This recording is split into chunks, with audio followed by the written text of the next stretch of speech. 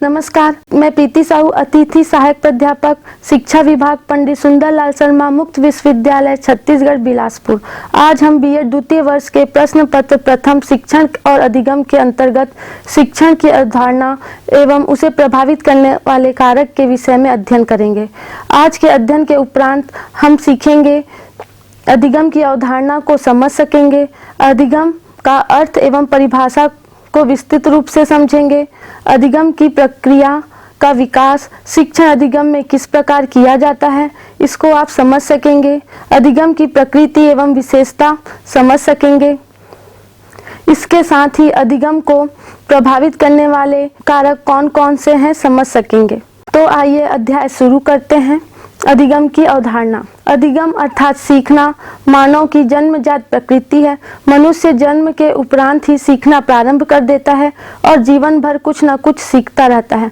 फलस्वरूप वह किसी नवीन परिस्थिति के संपर्क में आता है, तब उस विषय में क्या, क्यों और कैसे जैसे प्रश्न करने लगता है और ज्ञान प्राप्त करता है। तब वह पुराने अनुभव के आधार पर इस नई तथ्यों को ग्रहण करता है तथा नवीन क्रियाओं को सीखता है, जिससे मनुष्य के व्यवहार में परिवर्तन होता है।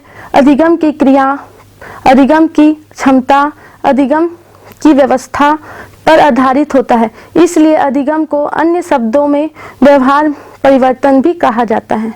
इस प्रकार सामान्य अर्थ में सीखना व्यवहार में परिवर्तन को कहा जाता है, परंतु सभी तरह के व्यवहार में हुए परिवर्तन को सीखना नहीं कहा जाता है।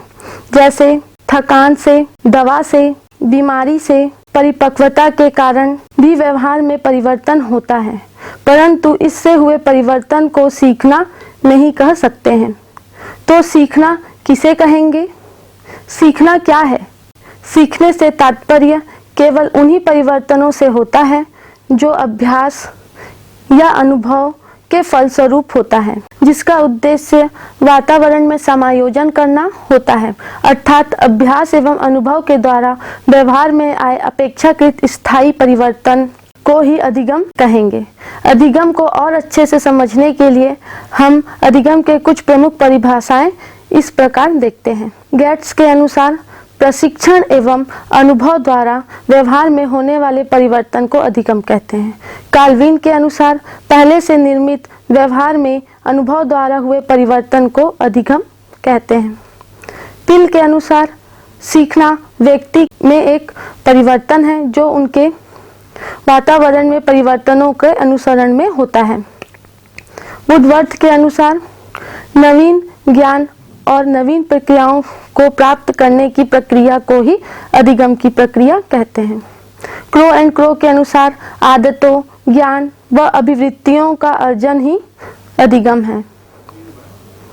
स्किनर के अनुसार व्यवहार में उत्तरोक्त अनुकूलन की प्रक्रिया ही अधिगम है। कॉर्नबेक के अनुसार अनुभव के परिणाम स्वरूप व्यवहार में परिलक्षित परिवर्तन ही अधिगम है।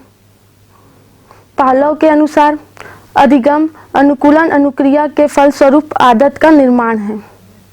थॉर्नडाइक के अनुसार उपयुक्त अनुक्रिया का चयन तथा उसे उत्तेजना से जोड़ने को अधिगम कहते हैं। उपयुक्त परिभाषाओं के अनेक तथ्य स्पष्ट होते हैं, जैसे कि मानव अनुभव, शिक्षण, प्रशिक्षण और अध्ययन आदि अनेक विधियों से सीखता है। वह जो कुछ भी नया अधिगम करता है उसे आवश्यकता पड़ने पर वह अपने ज्ञान कौशल के साथ प्रयोग करता है और अपने व्यवहार में सही दिशा देता है।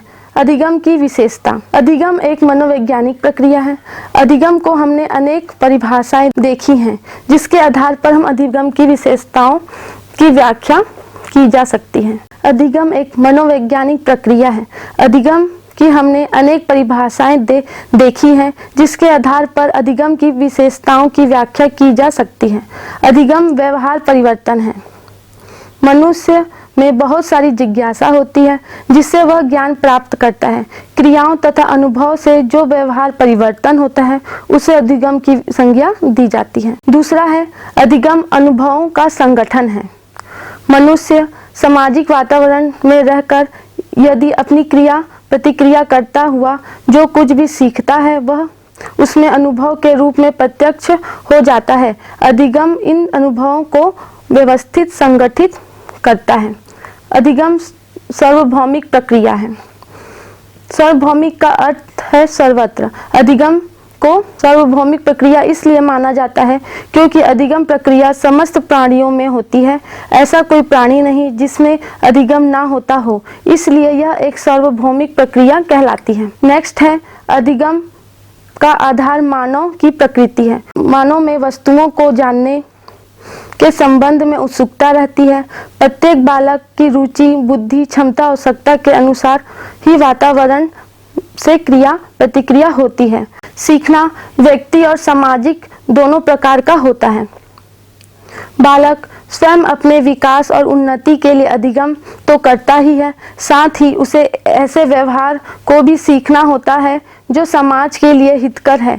बालक अपनी व्यक्तिगत रुचि एवं कार्य कुशलता के अनुसार नई तरह के व्यवहारों को सीख लेता है, साथ ही उसे सार्वजनिक मान्यताओं से उपयुक्त व्यवहारों को भी सीखना होता है। इस तरह सीखना व्यक्तिगत और सामाजिक दोनों तरह का होता है। नेक्स्ट है अधिगम मानसिक प्रक्रिया है। विभिन्न मानसिक शक्तियों की क्रियाओं, प्रतीकात्मक क्षमताओं ही व्यक्ति को अधिगम हेतु सक्षम बनाती है। अभिप्रेरणा, धारणा और बोध आदि शक्तियों के माध्यम से कर्मानुसार अधिगम संभव होता है। अधिगम विकास की सतत प्रक्रिया है। प्रत्येक प्राणी निरंतर कुछ न कुछ सीखता है। आपस की घटनाओं, आवश्यकताओं, विभिन्न समस्याओं आदि में विविधता से अधिगम प्राप्त करता है। इस तरह यह प्रक्रिया निरंतर चलती रहती है। इस प्रकार नेक्स्ट है अधिगम अनुकूलन करना है। अधिगम वातावरण में अनुकूलन की प्रक्रिया है। बालक विभिन्न अधिगम अनुभव को प्राप्त करके वह अपनी आवश्यकताओं, इच्छाओं, संवेगों आदि के अनुसार अपने परिवेश में अनुकूलित होता है, अर्थात भली प्रकार अपने व्यवहारों को प्रदर्शित करता है। तो इसका आशय यह है कि उसमें उस परिवेश से संबंधित आवश्यक बातों को सीख लिया है। इस तरह से हम कह सकते हैं कि सीखना अनुकूलन करना है। नेक्स्ट है अधिगम विकास की प्रक्रिया है। अधिगम के परिणाम स्वरूप बालक को अनेक अनुभव प्राप्त होते हैं। इन अनुभव को प्रत्यक्ष या अप्रत्यक्ष प्रभाव व्यवहार परिवर्तन के रूप में प्रदर्शित होता है। यह परिवर्तन बालक के विकास के ही सूचक है। नेक्स्ट है अधिगम उद्देश्यपूर्ण प्रक्रिया है। उद्देश्य के अभाव में अधिगम की प्रक्रिया सुचारू रूप से नहीं हो सकती है। यह उद्देश्य समायोजन, प्रतिष्ठा, आर्थिक विकास, मानसिक विकास अथवा शारीरिक विकास, भाषा कौशल आदि हो सकते हैं। अतः बालक किसी न किसी उद्देश्य के आधार पर ही सार्थक अधिगम की दिशा में प्रेरित होता है। उदाहरण के लिए एक बालक को कंप्यूटर चलाना सिखाया जाता है तो इसका उद्देश्य यह है कि वह कई तरह की जानकारी कंप्यूटर से प्राप्त कर सके। अतः यहाँ कंप्यूटर के बारे में सीखने का उद्देश्य कंप्यूटर से अन्य जानकारी प्राप्त करना हुआ। नेक्स्ट है अधिगम सकारात्मक तथा नकारात्मक दोनों प्रकार का होता है। अधिगम में व्यक्ति ऐसे व्यवहारों को अर्जित करता है जिससे समाज मान्यता देता है और ऐसे व्यवहारों को उपार्जित करता है जिससे समाज मान्यता नहीं देता है। अधिगम की यह प्रक्रिया सकारात्मक व नकारात्मक दोनों ही प्रकार की हो सकती है। नेक्स्ट है अधिगम यांत्रिक कार्य ना होकर एक विवेकपूर्ण क्रिया है। अधिगम प्रक्रिया यांत्रिक नहीं होती है। व्यक्ति के द्वारा किसी व्यवहार को सीखना है, किस व्यवहार को नहीं सीखना है, यह उस विवेक पर निर्भर करता है। किसी यंत्र में किसी कार्य विधि को स्थापित किया जाता है तो वह उसी अनुसार कार्य करता है। इसके अलावा अलग से कोई भी कार्य नहीं होता है, किंतु व्यक्ति के द्वारा अधिगम प्रक्रिया सोच समझकर होती है। अपने विवेक के अनुसार व्यक्ति अपने अनुकूल व्यवहार को ही सीखता है। इस तरह हम कह सकते हैं कि सीखना यांत्रिक ना होकर विवेकपूर्ण होता है।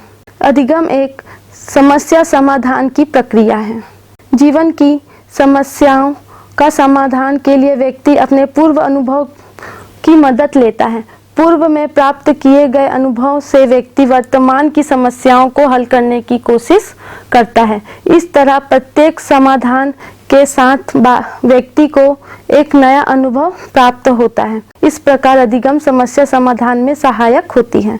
नेक्स्ट है, अधिगम एक अभिवृद्धि की प्रक्रिया है। अधिगम प्रक्रिया जीवन पर्यंत चलती रहती है। व्यक्ति अपने अनुभव तथा क्रियाओं के द्वारा कुछ न कुछ सीखता रहता है, जिससे उसका शारीरिक एवं मानसिक विकास होता रहता है। अगला है, अधिगम खोज की प्रक्रिया है।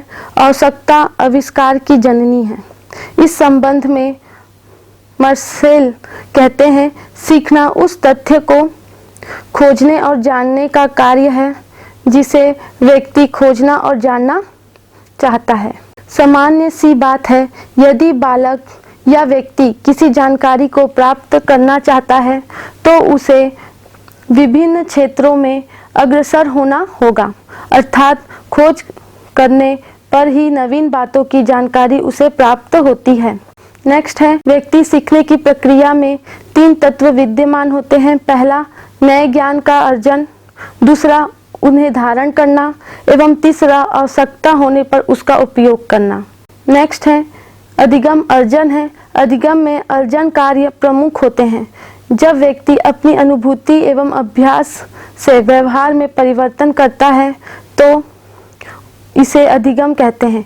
यह व्यवहार परिवर्तन अर्जन कार्यों के द्वारा संपन्न होता है।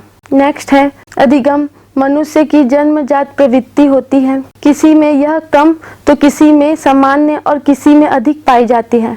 मनुष्य जन्म के कुछ समय बाद ही अनुकरण द्वारा सीखने लगता है और जिज्ञासा स्वरूप वह उसके चारों ओर के पर्यावरण में उपलब्ध व्यक्ति, क्रिया, वस्तु आदि सभी के बारे में जानने की कोशिश करता है। इस भाग में हमने जाना अधिगम की अवधारणा, अधिगम का अर्थ एवं परिभाषा, अधिगम की विशेषता। आज के लिए इतना ही। नमस्कार।